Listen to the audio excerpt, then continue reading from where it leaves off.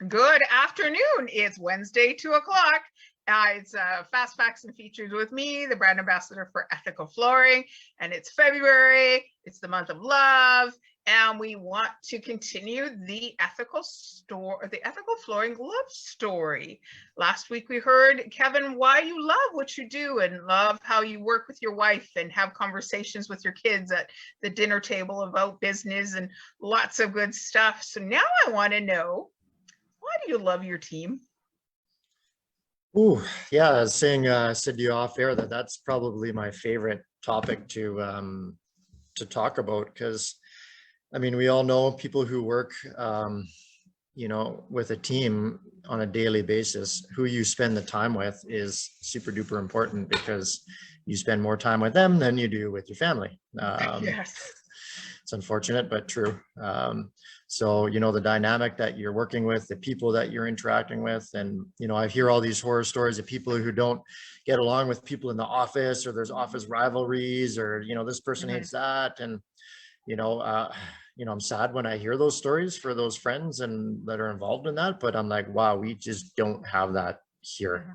And that was one of the big key things. We mentioned last week that when we started the company, it was just Tanya and I, right? So we were the only two employees, and we knew each other pretty well. We got along all right, and it was easy and simple. But yeah, as teams grow, obviously interpersonal dynamics can get in the way, and all these funny things can start happening. So, but just on that, I want to pause you there just for a second, because I want to dial back. You mentioned something. It was like you and Tanya, and when you decided you needed to add to your team, like that first person or two people that you added, who were they, and why did you pick those two particular positions and people to join your team?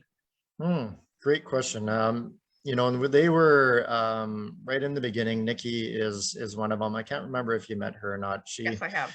Yeah, she recently moved on to let's say a bigger, better thing. She's working with elderly in care homes, and Nikki has a huge heart, and I think that's an absolutely perfect place for her. So yeah, she was actually our first hire, and it was it was straight out of desperation, to be honest, because Tanya and I were just getting completely overwhelmed with the level of work. What we were doing was working, and the inbound leads were coming in, and we just grabbed the first person that we knew and said, hey, you want a job? And away we went. So and she was with us right up until last year, so she had a good long run with us.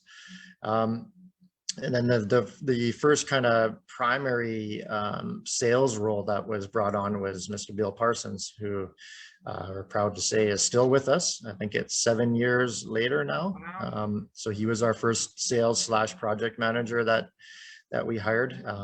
He came from the flooring industry. He'd worked at a couple of other places, so he came ready to roll. We just had to deprogram him from what he had learned before and teach him the ethical flooring way and what kind of products we like to work with. And he was a awesome fit right away. And yeah, he's still with us. And then the second hire, almost back to back with Bill, we hired Bill, and we realized that simply wasn't enough. We still had more work coming in than we could handle. So then we hired a fresh young face that was all the way from Europe. Had only been in Canada a couple of months. English was still a little bit, he was working on it, but Tanya and I loved him, and I said, hey, we need to grab this guy. And that was Jan, who had a great run with us, 5 or 6 years, I think, as a sales and project manager. And like I mentioned last week, we just hired him back as the store manager. Wow, that's exciting. Yeah. So, and then after that, just in order was Steve, who runs our commercial and outside sales, and then Matt, who came from the installation side. He came in as a project manager, and then Shelby, and then Brendan, and then finally Connor. So wow, lots of good help there at Ethical Flooring. Oh my gosh. And I'm proud to say they're all still working here. In this business, there's a lot of revolving door. Right.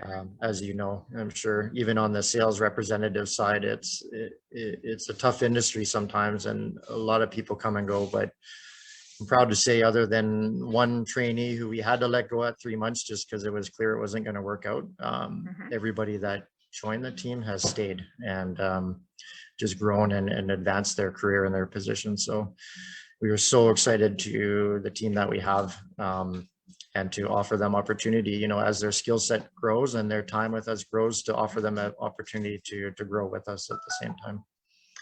Little did you know, guess who I was following on Sunday on the way home? On Sunday, I don't know, me? Well, I all of a sudden had an ethical flooring car in front of me. Mm. And on Yeah, 16th and 264th, and it happened to be Matt. Matt's parents lived right around the corner from me. Oh, that's right. That's right. I think you Yes. mentioned that. Yes. So Yeah. it was so good to see a pristine looking car, well maintained, Yes. driving the speed limit, being Yes. a good civic citizen on the road. Oh, And good. of course, Yeah. he recognized me behind, and we waved at each other. So it was Oh, that's fun. Yeah, we yeah, love the it was ethical.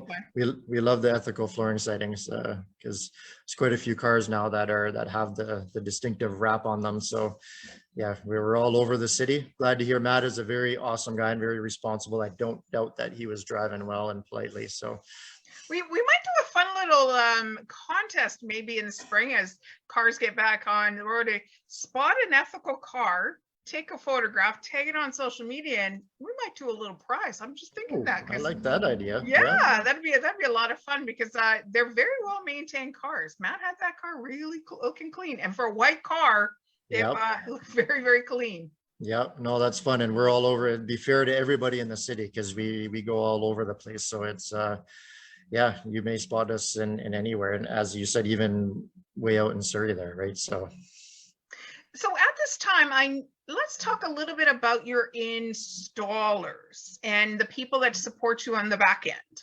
and how you chose them and why you love the people that are, let's just say, the people that are head down and butt up on their on the job sites for you. Yeah, no, they're man, we just love them because of course nothing would happen without their hard work.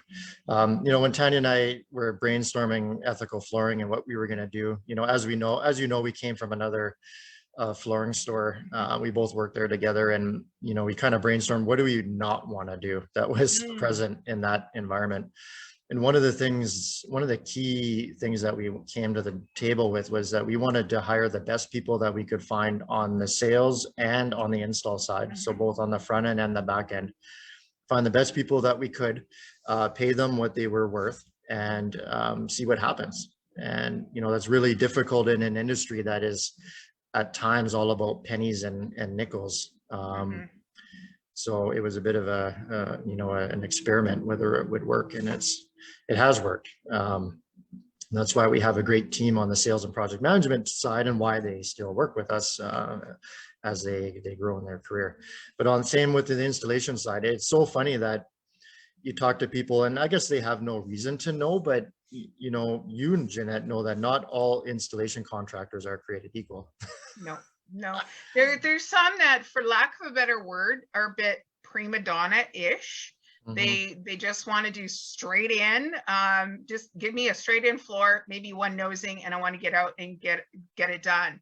And the ones that are out there, the true craftsmen, when your project managers hand them a job that has like a cool curved nosing or an interesting staircase, they're the ones that are just like thriving on, ooh, I can set myself apart. Especially a lot of designers now are doing the, you know, the boxed in treads and nice stringers, and to have installers that thrive in that environment. And I just saw a picture, was it last month, I think, on your Instagram, of a job just finished, and one of your builders were just like, woohoo, look at what ethical flooring did, and they just loved what your installer did. Yeah, no, some of the staircases that we've been doing lately have just been wild, right? Like, it's even things that I didn't do 5 years ago. A lot of really high-end details being specified, and we're thankful that we have the team to do it. But yeah, same thing, you know, on the installation side, it's a core group of guys, and we keep adding on because we keep growing, right? But we're so selective on who we work with and who we add on that in a sense, it's limiting our growth in a certain way. But I would rather grow slowly and well rather than jump ahead and bring on people that don't fit that very, you know, that defining characteristic that Tanya and I set up, you know, 10 years ago, which was we want to find the best and treat them well. So yeah, we absolutely love the guys. You know, I come from a background of a trades family. I'm the only one that really wasn't involved in the trades and went to university instead. So 100% deeply respect who they are and what they do, what they put their bodies through each and every day.